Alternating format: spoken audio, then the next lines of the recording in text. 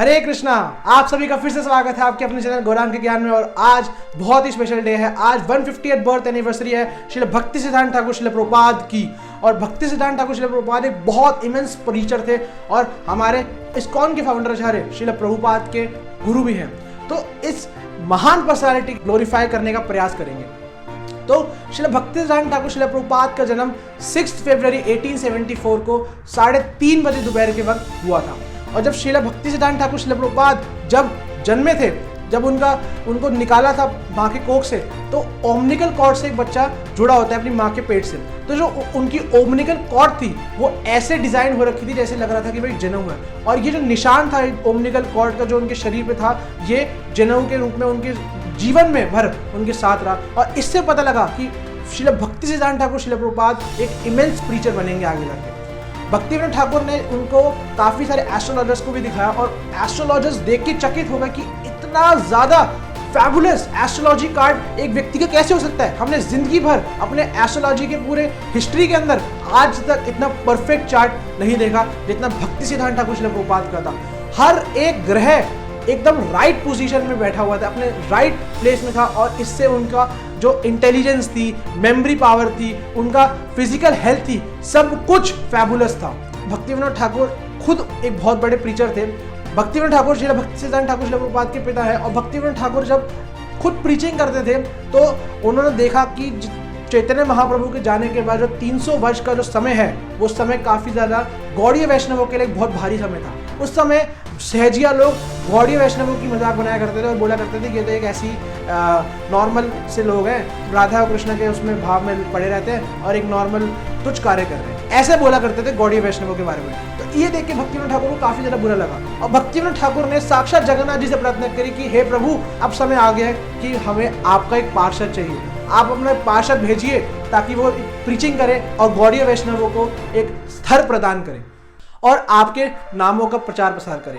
तो अब जगन्नाथ जी ने बिमला देवी के जो उनकी आध्यात्मिक शक्ति है उनके माध्यम से भक्ति विनोद ठाकुर के घर में इस बच्चे को भेजा, जिसका नाम आगे जाके पड़ा बिमला प्रसाद। और ये बिमला प्रसाद बहुत ज़्यादा फैबुलस प्रीचर बने आगे जाके। बिमला प्रसाद जो थे वो उनको साक्षात जगन्नाथ जी की ब्लेसिंग मिली थी। जब एक बार रथ यात्रा निकल रही थी, बिमला प्रसाद उस समय 5 महीने के थे। तो बिमला प्रसाद जब 5 महीने के थे तो रथ यात्रा जब निकलती है तो एक क्रॉस रोड से निकलती है और क्रॉस रोड पे ही भक्ति विनोद ठाकुर का घर था।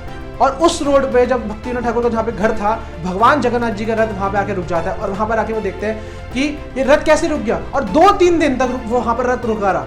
और जब वहाँ पर रथ रुका तो भक्ति विनोद ठाकुर तो काफ़ी प्रसन्न हुए। भक्ति विनोद ठाकुर ने तो वहाँ पर संकीर्तन का आयोजन किया और भक्तों के साथ कथा करी।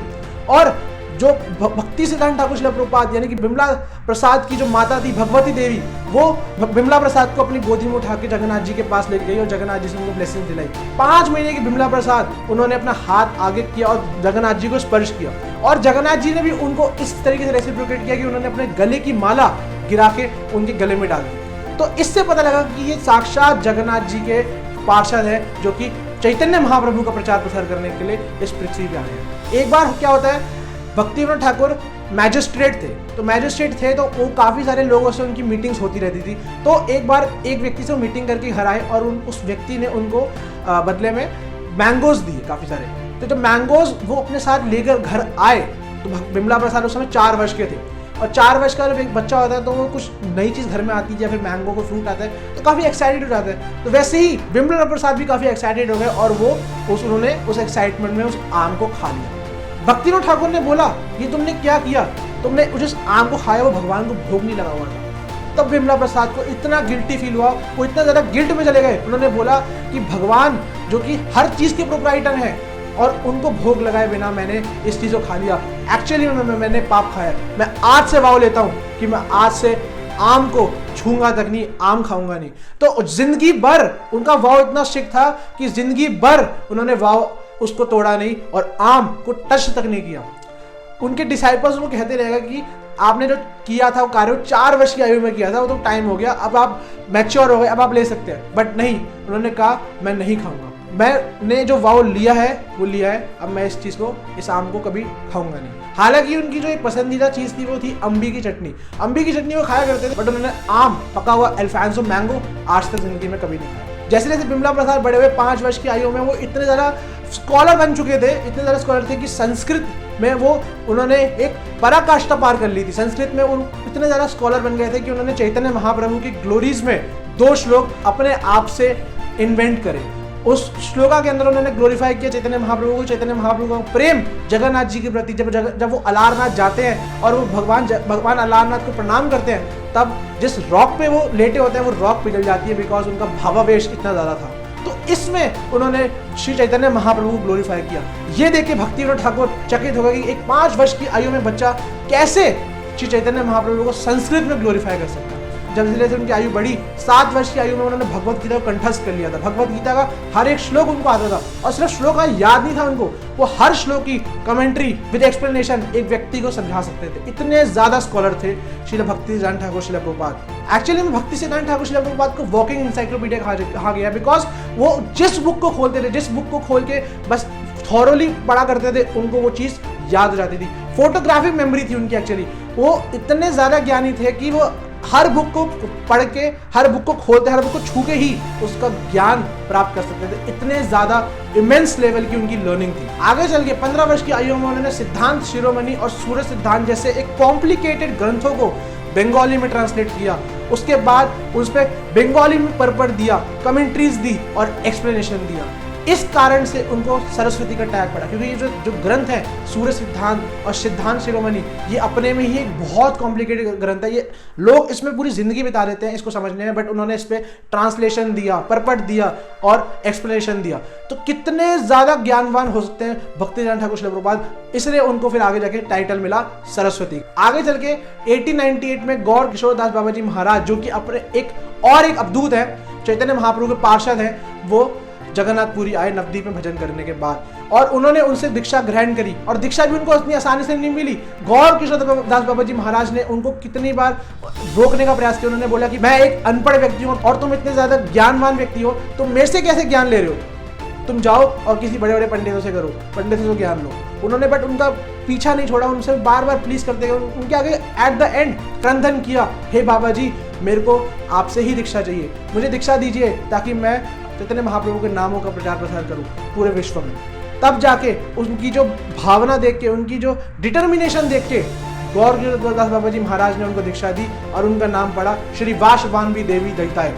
तब जाके उसके बाद उनको गौर किशोर दास बाबा जी महाराज से इंस्ट्रक्शन मिली कि तुम विश्व भर में चैतन्य महाप्रभु का प्रचार प्रसार करो। एक्चुअली में श्रील भक्ति सिद्धांत ठाकुर श्रील प्रभुपाद एक नयन मणि मंजरी है। नयन मणि मंजरी क्या है? नयन मणि मंजरी वो है राधा और कृष्ण की, जब राधा कृष्ण एक दूसरे को देखते हैं तो वो देखने का जो ग्लैंस है उसका भी एक पर्सोनिफाइड फॉर्म है, जो कि नयन मणि मंजरी है। अब मंजरी क्या होता है? मंजरी राधा और कृष्ण की नित्य लीला में मेड सर्वेंट्स है, उनको मंजरी कहा जाता है। तो साक्षात नित्य लीला से श्रील भक्ति सिद्धांत ठाकुर श्रील प्रभुपाद हमारे बीच आए और हमारे को चैतन्य महाप्रभु को ज्ञान दिया। चैतन्य महाप्रभु के जो नामों का, भगवान श्री कृष्ण के नामों का प्रचार प्रसार किया और इस प्रीचिंग को आगे की तरफ बढ़ाया। श्रील प्रभुपाद ने भी कहा है कि इस संसार में जो एक्चुअली में जो 2 स्कॉलर है ना, जो स्कॉलर है वो सिर्फ 2 ही हैं, और वो स्कॉलर 2 हैं श्री जीव गोस्वामी और माय गुरु महाराज श्रील भक्ति सिद्धांत ठाकुर श्रील प्रभुपाद। सो भक्ति सिद्धांत ठाकुर श्रील प्रभुपाद से बड़ा कोई स्कॉलर उस टाइम पे था ही नहीं। बड़े बड़े योद्धा, बड़े बड़े जो शास्त्रिक, जो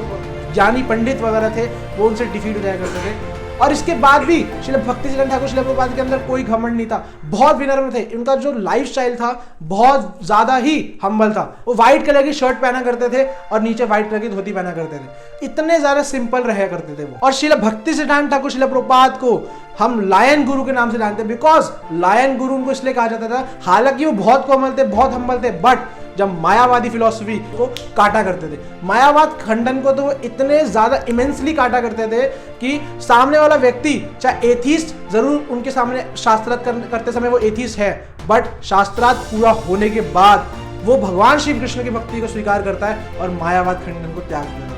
तो एक तरीके से उन्होंने एक टनल बनाई थी अपने टाइम पर कि इस छोर से एक व्यक्ति एथीस्ट अंदर जाएगा, बट दूसरे छोर से वो निकलता था थीस्ट। तो ये था भक्ति सिद्धांत ठाकुर श्रील प्रभुपाद, और उन्हीं की आज हम ग्लोरीज जान रहे हैं। भक्ति सिद्धांत ठाकुर श्रील प्रभुपाद की ग्लोरीज तो बहुत सारी हैं, हम लोग उस चीज़ को सोच भी नहीं सकते। उनकी जो क्वालिटीज़ हैं उसको हम अपने इस छोटे ब्रेन से कभी भी जज नहीं कर सकते कितनी ज़्यादा उनकी क्वालिटीज़ है। और ना ही मेरी औकात है कि मैं श्रील भक्ति सिद्धांत ठाकुर श्रील प्रभुपाद जैसे बड़े और महान वैष्णव को ग्लोरीफाई करूं, बट मैं उनसे प्रार्थना करता हूं कि भक्ति सिद्धांत ठाकुर श्रील प्रभुपाद हमें भक्ति दे, ताकि हम प्रीचिंग और भगवान की भक्ति में इटर्नली लगे रहें और भगवान की भक्ति और सेवा करते रहें। एक्चुअली जब हम लोग इन वैष्णवों को ग्लोरीफाई करते हैं ना, तो भगवान हमसे और ज़्यादा प्रसन्न हो जाते हैं, बिकॉज भगवान को उनकी ग्लोरीज इतनी ज़्यादा अच्छी नहीं लगती जितनी उनके भक्तों की ग्लोरीज, उनके वैष्णवों की ग्लोरीज अच्छी लगती है। तो हमें ऐसे वैष्णवों की ग्लोरीज करनी चाहिए, जब जाके हम लोग देखेंगे कि हमारी प्रगति भक्ति में होगी, हम लोग भगवान की भक्ति कर पाएंगे। क्योंकि चैतन्य महाप्रभु ने कहा है, गोपी भृत बद कमलयोर दास दासानुदास, हम लोग भगवान के डायरेक्ट सर्वेंट्स नहीं बन सकते, we have to be servant of the servant of Krishna. तो हमें ऐसे भक्ति सिद्धांत ठाकुर श्रील प्रभुपाद की ग्लोरीफाई उनको करना चाहिए और उनसे प्रार्थना करनी चाहिए कि हमें वो भक्ति दे और भगवान की भक्ति में लगाए रखें। हरे कृष्ण।